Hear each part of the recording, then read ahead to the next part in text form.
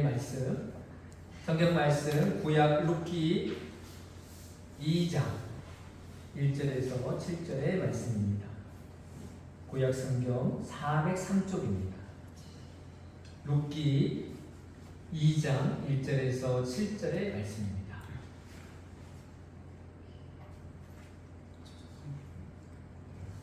구약 성경 403쪽입니다. 룻기 2장 1절에서 7절의 말씀을 제가 봉독해 드리겠습니다. 나오미의 남편 엘리멜렉의 친족으로 유력한 자가 있으니 그의 이름은 보아스더라. 모압 여인 룻이 나오미에게 이르되 오나건대 내가 밭으로 가서 내가 누구에게 은혜를 입으면 그를 따라서 이삭을 주겠나이다 하니 나오미가 그에게 이르되 내 따라 갈지어다 하니 룻이 가서 베는 자를 따라 밭에서 이삭을 주는데 우연히 엘리멜렉의 친족 보아스에게 속한 밭에 이르렀더라. 마침 보아스가 베들레헴에서부터 와서 베는 자들에게 이르되 여호와께서 너희와 함께 하시기를 원하노라 하니 그들이 대답하되 여호와께서 당신에게 복 주시기를 원하나이다 하니라. 보아스가 베는 자를 거느린 사안에게 이르되 는 누구의 소녀냐 하니 베는 자를 거느린 사안이 대답하여 이르되 이는 나오미와 함께 모압 지방에서 돌아온 모압 소녀인데 그의 말이 나로 베는 자를 따라 단 사이에서 이삭을 죽게 하소서 하였고 아침부터 와서는 잠시 집에서 쉰 후에 지금까지 계속하는 중이니이다. 아멘. 경상남도 거창군에 가면 거창고등학교라고 하는 유명한 사립형 교회 학교가 있습니다. 전교생이 기숙사 생활을 하고요. 미션 스쿨이지만 종교를 강요하지 않는, 제한하지 않는 그런 학교입니다. 제가 이 학교의 교과를 인상 깊게 살펴보았는데 이렇습니다. 여명의 종소리 높이 울리고 슬기로운 서광이 비치는 곳 진리의 넓은 문 여기 열렸네. 3절 독유산 슬기가 넘쳐 흐르도록 벌떼처럼 부지런히 노력하는 곳 숨어서 기다린다 진리와 예술. 그리고 후렴 부분이 있습니다. 모여라 탐구의 청년 학도들 민주학원 건설의 전통을 세우자 이름도 빛나다 거창고등교. 이 교가에서 느껴지는 전체적인 분위기는 진리를 탐구하고 또 갈구하는, 그래서 우리가 어쩌면 진리의 기둥대자, 이 민족의 진리의 기둥대자라고 하는 그러한 배움의 열정이 느껴지고 있습니다. 저는 3절 가사 끝에가 참 마음에 다가오는데요. 숨어서 기다린다 진리와 예술. 여러분, 높이 날려고 하는 새는 오래 엎드린다라는 말이 있죠. 숨어서 기다린다. 뭘 기다릴까요? 열심히 공부하고 노력해서 비상하는 날, 꿈을 이루는 날, 그날을 기다리게 된다라고 하는 이러한 공부하는 자세를 읽을 수가 있습니다. 거창고등학교의 또 다른 매력은 교과에만 있는 게 아니고 직업선택 10계명이 있습니다. 첫째, 월급이 적은 쪽을 택하라. 두 번째, 내가 원하는 곳이 아니라 나를 필요로 하는 곳을 택하라. 세 번째, 승리의 기회가 거의 없는 곳을 택하라.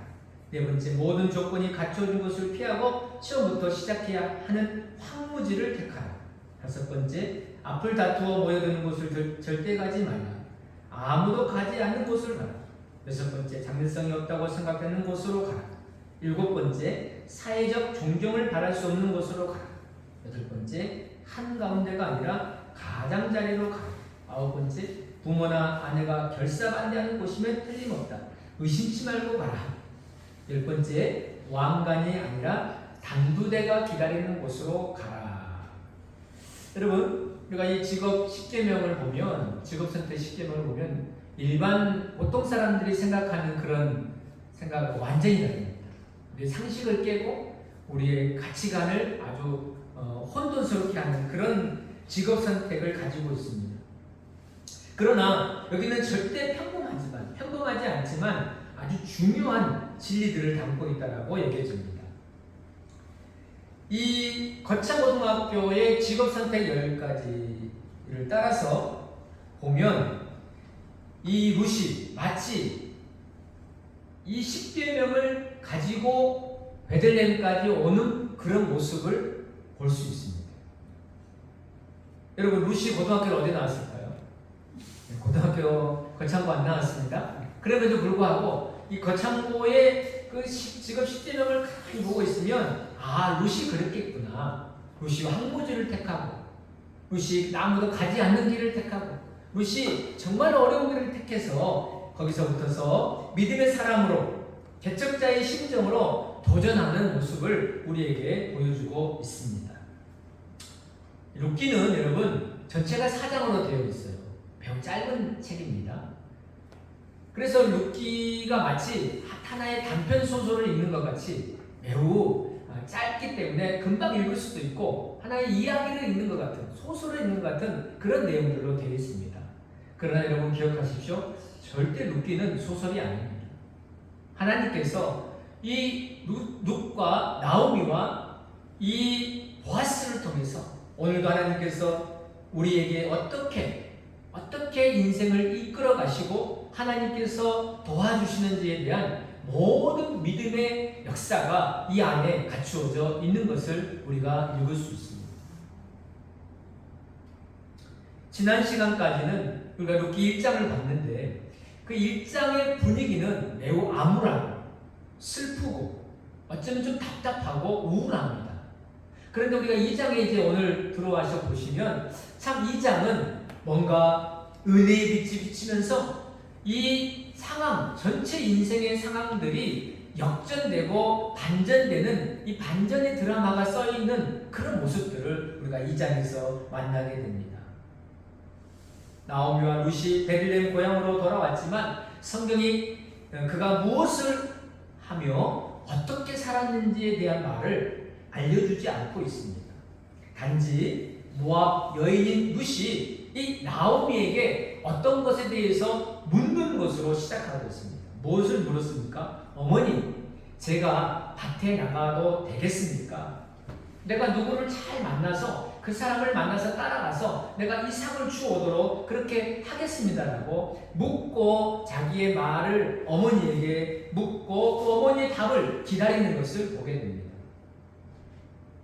우리는 여러분 이 룻의 한마디, 제가 밭에 나가서 누구를 만나서 이삭을 주오겠습니다라고 하는 이 한마디에서 그 당시 룻과 나오미가 처한 형편과 처지를 잘 알 수 있습니다.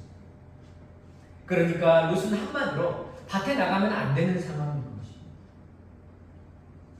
가만히 앉아 있으면 도저히 안 되는 상황입니다.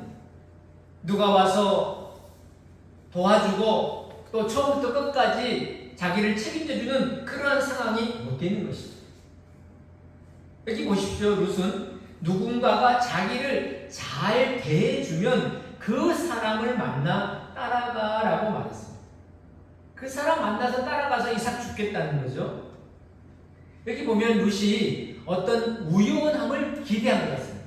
내가 우연히 사람을 만나고 또 어떤 우연히 밭에 들어가서 내가 오늘도 우연하게 내가 원하는 목적을 이루고 오겠다라는 그런 막연한 생각들을 가지고 나아갔던 것 같습니다. 여러분, 지금 같으면 도저히 있을 수 없는 생각들을 가지고 있습니다.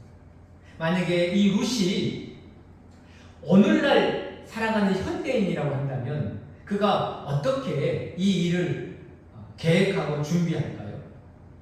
지금 같아서는 룻이 분명히 스마트폰을 켜고 자신이 주어야 할 밭은 어디쯤인지를 검색을 시작할 것입니다. 그리고 그 밭이 누구의 밭이며 밭의 면적과 밭에 심겨진 보리의 종류와 그리고 최근에 얼마나 많은 사람들이 이 밭에 다녀갔는지 이삭을 주워 갔는지를 파악하게 될 것입니다. 그리고 좀 더 똑똑하다면 자기가 줄 이 밭에 이삭이 얼마의 양이 되는지 그리고 얼마나 많은 사람들이 이 밭에서 이삭을 주워가면서 참 이삭 좋다라고 별점을 남겼는지 그리고 평은 어떤지 리뷰를 읽으면서 자신이 찾아야 될 그 이삭 죽기에 대한 모든 맞춤형 밭을 찾게 되었다라는 것이죠. 그리고 여러분 또 보십시오. 여성의 몸이기 때문에 이삭을 주어야 하는 그 환경과 그리고 안전한지 위험 요소는 없는지 이런 것들을 충분히 생각하고 파악을 하고 떠나지 않았겠습니까? 그러나 룻은 그냥 밭으로 나갑니다.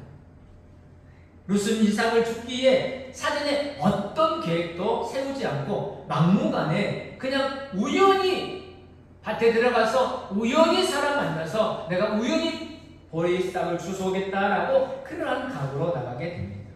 그런데 여러분 출발하기 전에 딱 한 가지 한 것이 있습니다. 그게 뭐냐면 어머니 나오미에게 묻고 있다라는 것이. 어머니 저 밭에 나가서 이삭을 주워오겠습니다. 이렇게 묻습니다. 그래서 자신의 그 계획을 자신의 그 어떤 할 일을 자기가 결정한 것이 아니고 어머니에게 공손하게 묻고 있다는 것입니다. 그리고 어머니의 응답을 기다립니다. 어머니가 어떻게 말씀해 주시는지 그 어머니의 응답에 따라서 그가 행동을 하게 되는 것이죠. 여러분, 룻은 밭에 나가는 일까지도 자신의 생각과 뜻대로 하지 않습니다. 요즘은 어른을 공경하는 것이 시대에 뒤떨어졌다라고 하는 그런 생각과 사상을 갖는 분들이 종종 있는 것을 보게 됩니다. 우리는 더욱더 부모를 공경하고 또 어른들을 공경하고 존중하는 그리고 어른들에게 물어볼 수 있는 그러한 마음과 믿음을 갖는 그러한 사회를 만들어 가야 됩니다. 여러분, 최고의 공경이 무엇인지 아십니까? 최고의 공경은 물어보는 것입니다. 스마트폰에 물어볼 것이 아니라 내가 존경하는 분에게, 부모님에게, 우리 스승에게 이거 어떻게 해야 됩니까? 라고 물어볼 수 있을 때에 우리는 영적 나오미를 만날 수가 있게 되는 것입니다. 나오미는 룻의 마음을 알았는지 그래 잘 다녀오거라 라고 말해줍니다. 여러분, 잘 다녀오거라 이렇게 말하는 것을 볼 때에 나오미가 과연 룻에게 이 말만 하고 싶었을까라는 생각을 하게 됩니다. 어쩌면 어머니로서 그리고 그 당시에 그 시대적인 배경에 환경에 얼마나 말을 하고 싶겠습니까? 아니 모압에서 이방 땅에서 이 베들레헴이라고 하는 낯선 땅에 왔을 때에 얼마나 조심하고 얼마나 위험스럽고 얼마나 여러분 예상치 못한 일들이 많이 벌어질 수 있는 그런 사회에서 자기가 혼자 나가서 밭에 나가서 이삭을 죽고 오겠다는 것은 어쩌면 일종의 아주 위험한 모험이 될 수도 있거든요. 그렇기 때문에 어머니 입장에서는 이 룻에게 여러 가지 말을 해주고 싶었을 것입니다. 딸아, 안 된다. 지금은 안 된다. 조금 더 기다려라. 다음에 가는 게 어떻겠니? 아니면 누구 사람들과 같이 가는 게 어떻겠니? 어디를 나가려고 그러느냐? 몸 조심하고 행동 거지를 바르게 하거라. 여러분, 한 번쯤은 이런 말도 할 수 있을 것 같은데 나오미는 그렇게 말하지 않습니다. 그래, 잘 다녀오거라. 이 말에는 이 룻에 대한 확실한 하나님이 너를 보호하시고 하나님이 너를 이끄시고 하나님이 너를 지키실 거야. 그러니 너 안전하게 갔다 와. 나는 너를 믿어. 나는 너를 정말 믿고 있어. 여러분, 우리가 자녀들에게 가장 좋은 말이 뭡니까? 이거 해라 저거 해라 보다도 진짜 여러분 좋은 말은 나는 너를 믿어. 내가 누구야 넌 참 난 너를 믿어. 그러면요 아이들은 안정감을 갖습니다. 그리고 함부로 행동을 못합니다. 부모가 나를 믿기 때문에 거기에서 벗어날 수가 없는 거죠. 여러분, 이 나오미의 룻에 대한 신뢰를 보십시오. 경건한 믿음, 신뢰하는 믿음을 가지고 있습니다. 하나님이 너를 보호하실 거야. 그래, 너 혼자 가도 걱정하지 마. 하나님이 너를 이 땅에 오게 하신 것뿐만이 아니라 너가 앞으로 이삭을 죽는 것까지도 네가 목표하고 계획하는 것까지도 하나님이 이루어 주실 거라고 하는 확실한 하나님에 대한 신뢰가 있으니까 사람에 대한 믿음을 갖게 되는 것이죠. 여러분, 룻과 나오미의 관계는 어찌 보면 성도와 목회자의 관계일 수도 있습니다. 성도는 목회자에게 묻고 목회자는 성도들을 진심으로 위해서 기도해주고 축복해주는 관계. 룻과 나오미의 관계, 성도와 목회자의 관계, 제자와 스승과의 관계, 이런 관계가 되는 것이죠. 룻은 밭으로 가기 원했습니다. 룻은 그때가 추수철이었기에 어느 밭에 나가서도 이삭을 주울 수 있다고 생각했습니다. 저도 어렸을 때에 시골에서 자랐기 때문에 밭이 어떤 곳인지를 너무 잘 압니다. 저 밭농사도 해봤거든요. 제가 직접 농사를 지었다는 게 아니고 농사 짓는 걸 도와드린 것이죠.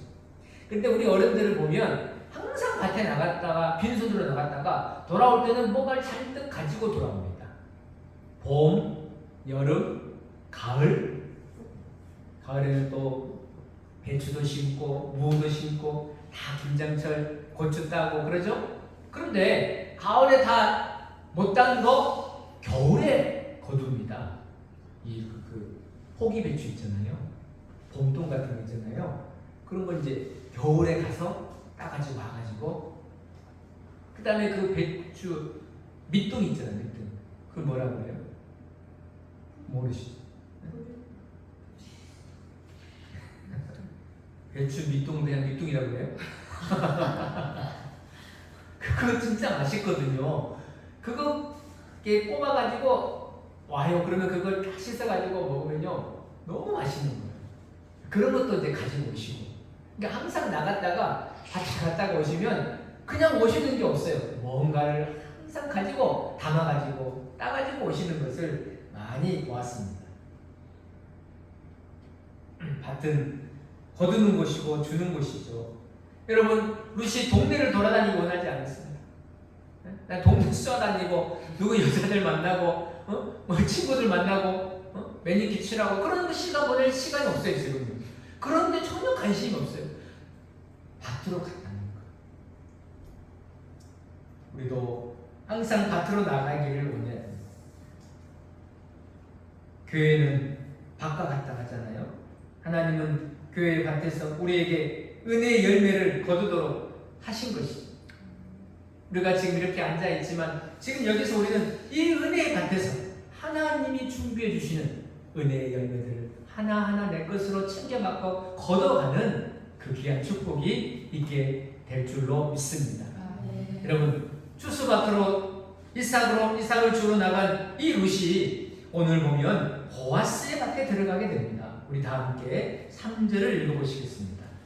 룻이 가서 뵙는 자를 따라 밭에서 이삭을 줍는데 우연히 엘리멜렉의 친손 보아스에게 속한 밭에 이르렀더라. 룻은 집을 나가 밭으로 나갔는데 여러분 보아스의 밭에 들어가게 됐습니다. 여기 보십시오. 여기 룻의 그 무브먼트가 있잖아요. 행동이 있잖아요. 움직이는 액션이 있잖아요. 뭡니까? 자기가 계획하고 집에만 머문 것이 아닙니다. 자기가 계획했다면 내가 이제 밭에 나가서 이삭을 주어야지 했다면 정말로 이삭을 주우러 밭으로 나아가는 행동하는 믿음이 있습니다. 여러분 이런 말이 있어요. 바보들은 결심만 합니다. 항상 바보는 결심해요. 내가 이거 해야지. 앞으로 이렇게 살아야지. 이렇게 해야지. 근데 그 결심으로 다 끝난다는 거예요. 룻은 바보가 아닙니다. 룻은 어머니를 위해서라면 어머니를 내가 책임지고 보호할 수 있다면 무엇이든지 하겠다고 하는 믿음의 전사와 같은 모습을 보여줍니다. 그리고 믿음의 전사가 되어서 그는 한 발자국 앞으로 나아가야 됩니다. 한 발자국. 신앙은 믿음으로 한 발자국을 앞으로 나아가는 겁니다. 내가 다 알고 나가는 거 아니고 내가 다 계획해서 나아가는 것은 아니죠. 오직 하나님을 믿고 주님을 믿고 말씀을 믿고 하나님이 함께 하신다는 것을 믿고 나아갈 때에 그 믿음대로 하나님께서 역사해 주심을 우리는 알게 됩니다. 우리 다 함께 히브리서 11장 1, 2절 읽어보시겠습니다. 믿음은 바라는 것들의 실상이요 보이지 않는 것들의 증거니 선진들이 이로써 증거를 얻어냅니다. 믿음은 바라는 것의 실상입니다. 내가 믿음으로 실상을 그리면서 나아갈 때에 하나님이 그 믿음대로 내게 이루어 주신다고 하는 이 역사. 그게 언제요? 믿음으로 한 걸음을 뛰어 나아갈 때 그런 일들이 이루어지게 되는 것입니다. 여러분, 이스라엘 백성들은 하나님께서 애굽에서 출애굽시켜 주시고, 그리고 그들은 홍해 바다를 하나님의 기적으로 건너게 됩니다. 그런데 그들이 하나님이 예비해 주시는 그 적과 끓는 가나안 땅에 들어갈 때는 요단강이라고 하는 그 강을 건넜어야 됩니다. 요단강을 건너야만 그 적과 끓는 가나안 땅으로 들어갈 수가 있습니다. 그런데 이스라엘 백성들이 들어가려고 했던 그 시간에 요단강은 마치 이 추수철이 돼가지고 물이 평상시에는 이 발목까지 정도만, 무릎까지만 찰 정도의 물이었다면 지금 이 요단강을 건너려고 하는 이 시간에 요단강은 물이 넘쳐가지고 도저히 건너갈 수 없는 그런 강들이 된 것입니다. 그런데 어떻게 됐나요? 하나님이 건너라는 거예요. 여기 건너갈 수 있다는 거예요. 어떻게 건넜습니까? 제사장들이 법궤를 메고 제사장이 발에 그 요단강에 한 걸음 딱 들여놓으니까 이 물이요 쫙 뒤로 물리면서 저 뒤에서 벽으로 서져가지고 그 요단강이 마른 땅이 돼가지고 그 마른 땅을 건너가게 되는 그런 역사가 하나님의 능력 가운데 일어나게 되는 거예요. 어쩔 때 그런 능력이 시작됐습니까? 믿음으로 한 걸음을 밟고 뛰어나갔을 때, 아이고 어떻게 우리가 여기를 건너나, 우리가 어떻게 이 물을 우리가 갈 수 있다는 건가, 거기서 멈추는 것이 아니라 믿음으로 한 걸음을 딱 내어질 때에 하나님이 그때부터서 순종하는 자에게 주시는 놀라운 축복과 기적을 이루어 주셨음을 여러분 믿으시기를 바랍니다. 하나님은 순종하는 자에게는 순종할 수 있도록 도와주시고, 하나님이 믿음으로 행하는 자에게는 믿음의 열매를 맺을 수 있도록 끝까지 인도해 주시고 책임져 주십니다. 사실은 그래서 우리가 순종의 한 걸음을 뛰어놓기가 굉장히 어렵습니다. 이거는 정말 어렵습니다. 우리가 이렇게 교회 이렇게 있잖아요. 교회 안에 참 여기 들어오기 그냥 우리 들어오면 된다고 생각하잖아요. 근데 이 들어오는 문턱을 딱 한 걸음 들어오기가 굉장히 어려운 거예요. 보통 어려운 게 아니에요. 그래서 여러분들은 그냥 오신 게 아니에요. 그냥 하나님이 아무나 오게 하시는 건 절대 아니에요. 여기를 들어온다는 것은 정말로 하나님의 은혜와 축복이 아닐 수가 없어요.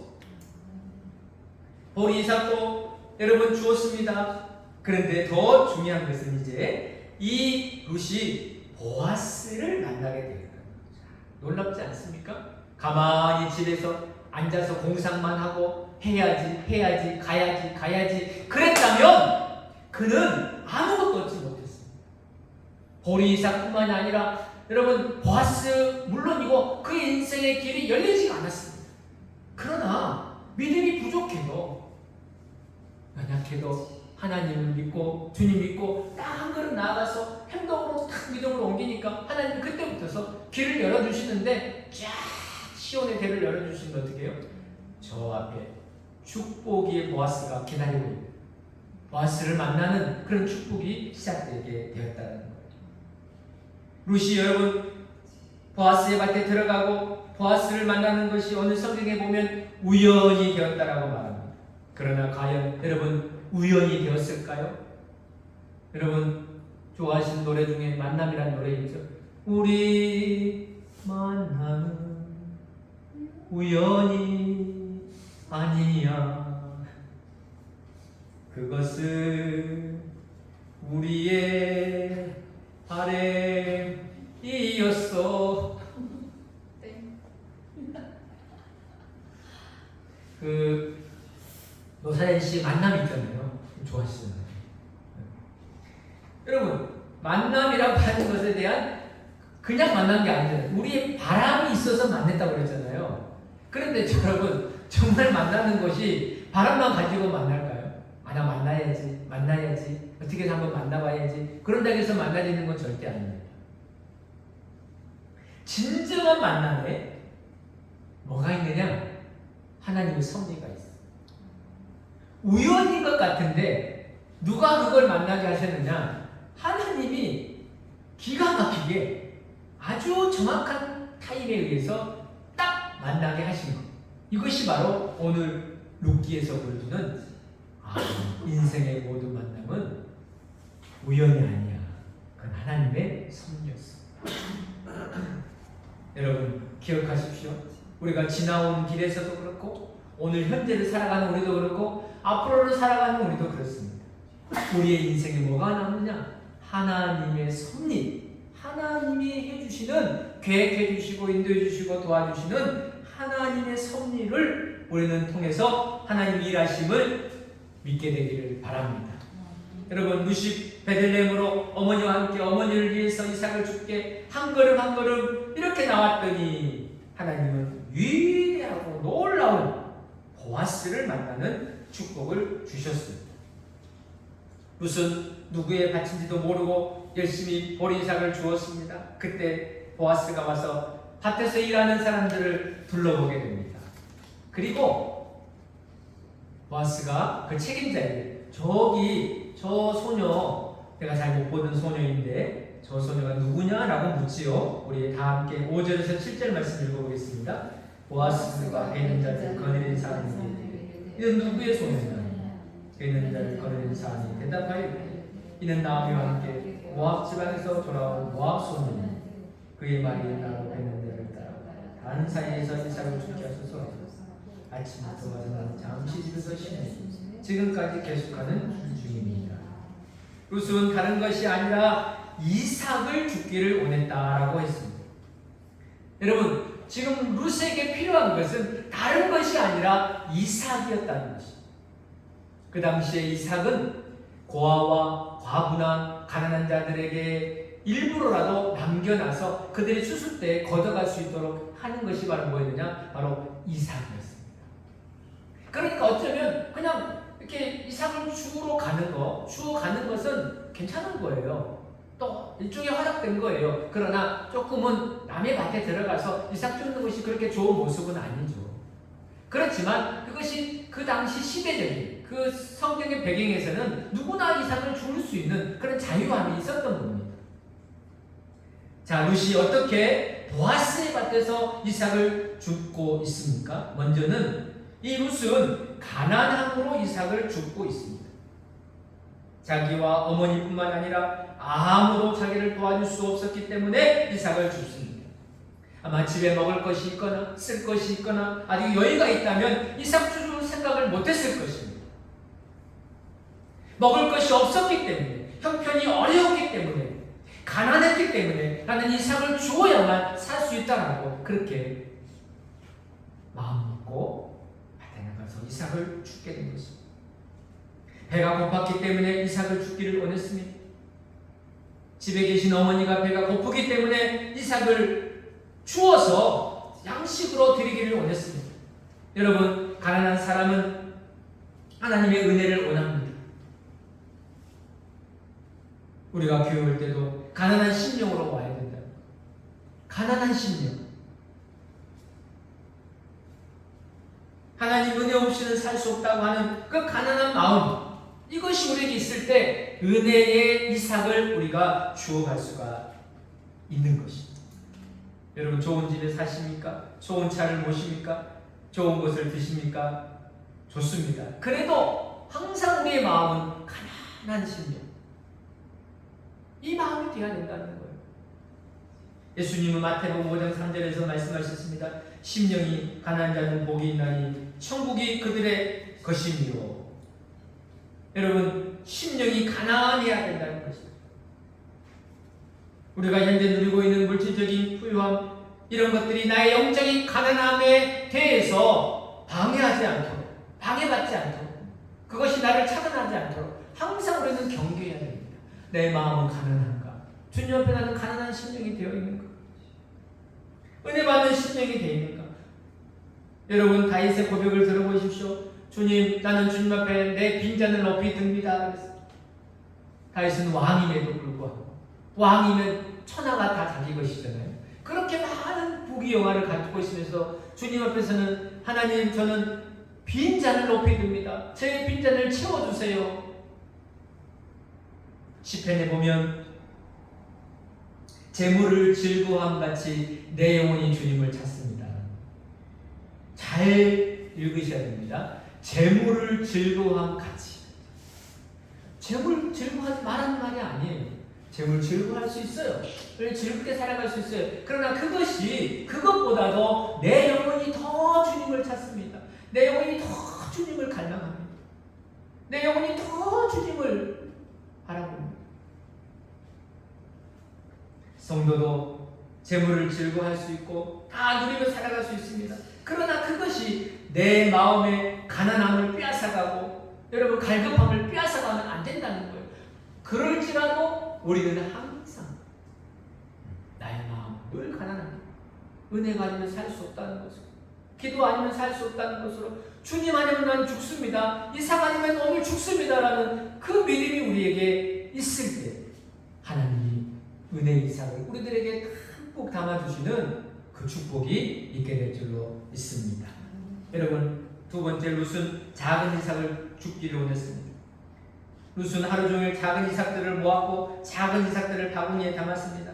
이 작은 것들이 모여서 생명의 양식이 되었습니다.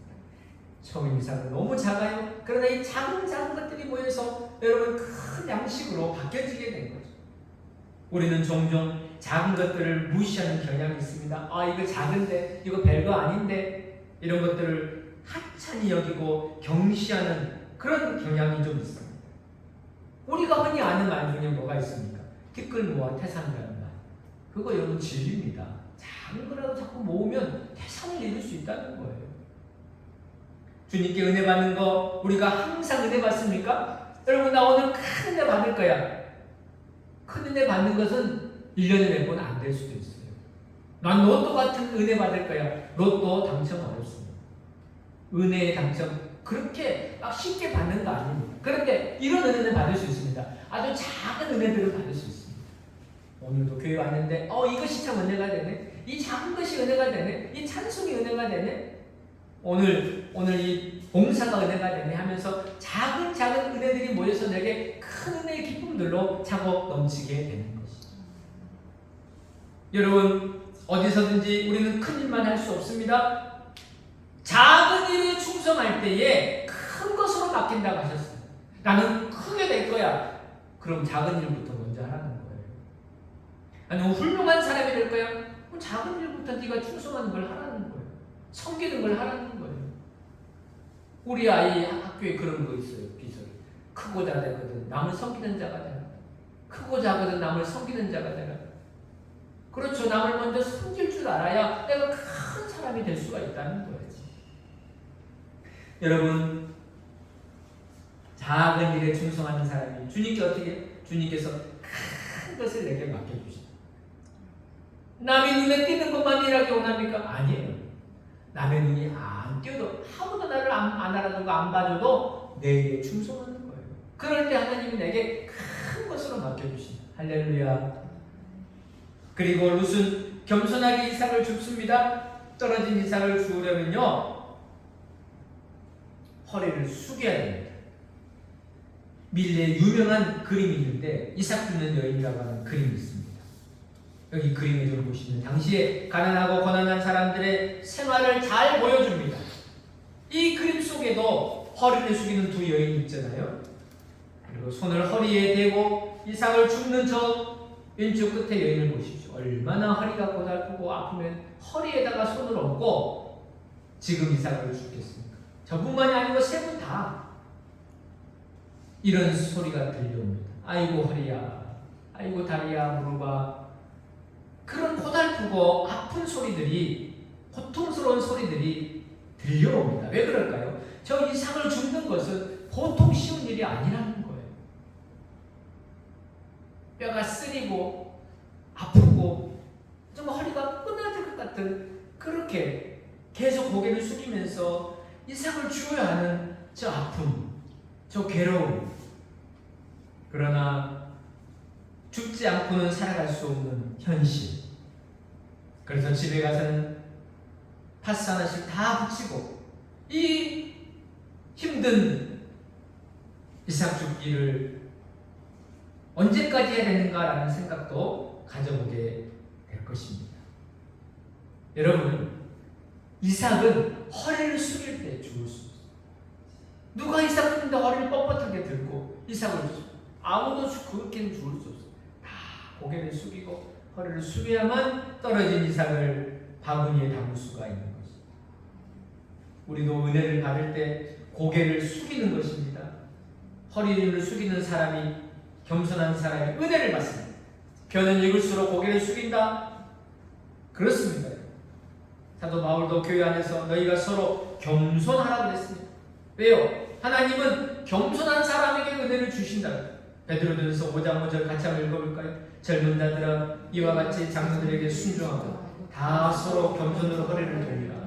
하나님은 교만한 자를 대적하시되 겸손한 자들에게는 은혜를 주십니다.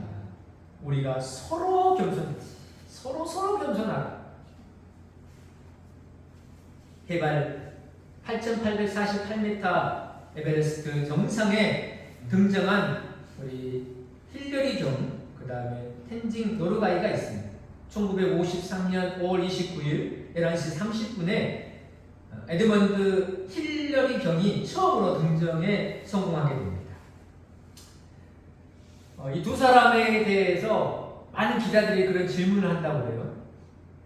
힐러리 경, 텐징 노르가이 두 분 중에 누가 먼저 정상을 밟으셨습니까? 이렇게 이야기를 물어본다고 해요. 그러면 항상 이 셀파인 텐징 노르가이가 이렇게 힐러리 경을 앞세웠다고 합니다. 그러면서 이런 말을 했습니다. 정상에 한 발 늦게 도착한 것이 부끄러운 일이라면 나는 평생 그 부끄러움을 안고 가겠다. 힐러리 경을 먼저 앞세워. 나는 부끄럽지 않다. 내가 두 번째로 올라간 거야. 부끄럽지 않다.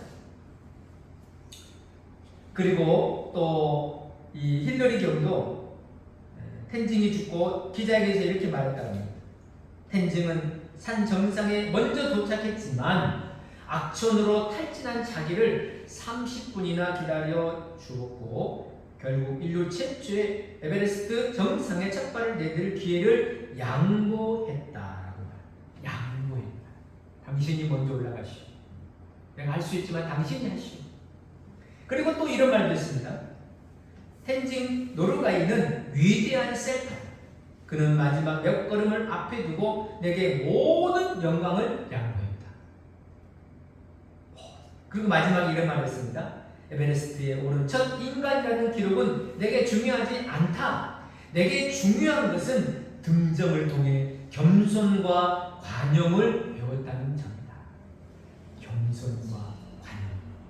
겸손해야 됩니다. 그러면 하나님이 그를 높여주시고 겸손하면 은혜를 받습니다. 겸손하면 은혜를 이상으로 다 주울 수 있습니다. 사랑하는 여러분, 신앙생활은 이삭을 줍는 것과 같습니다. 내가 가난한 심령으로 주 앞에 나올 때 주여 오늘도 내게 이삭의 은혜를 주옵소서. 이삭 주기 원합니다. 내가 많은 것을 다 받는 것이 아니고 아주 작은 거 하나하나를 통해서 하나님께 은혜의 이삭을 주어 담아서 여러분 하나님의 은혜로 풍성한 이삭의 은혜로 가득해서 은혜의 부한자의 삶을 우리 룻과 같이 살아가는 이 귀한 축복이 우리 모두에게 있기를 간절히 바랍니다. 기도하겠습니다. 하나님 아버지 감사합니다. 나로 이삭을 죽게 하소서. 우리가 주님 교회에 나올 때 주님 앞에 나올 때 이삭 주는 믿음으로 작은 거 하나하나를 소중히 여기며 겸손하게 주의 은혜를 받기를 원합니다. 하나님 우리의 마음이 더 낮아져서 그리고 빈잔이 되어서 하나님의 은혜를 더욱더 사모하여 큰 은혜 받아 아버지 이삭의 기쁨, 이삭의 축복, 이삭의 능력으로 살아가는 우리 모든 공사들이 되게 하여 주시옵소서. 룻과 같이 하나님의 앞에 이삭의 은혜로 늘 살기를 원하오며 예수님의 이름으로 기도하옵나이다. 아멘. 우리 다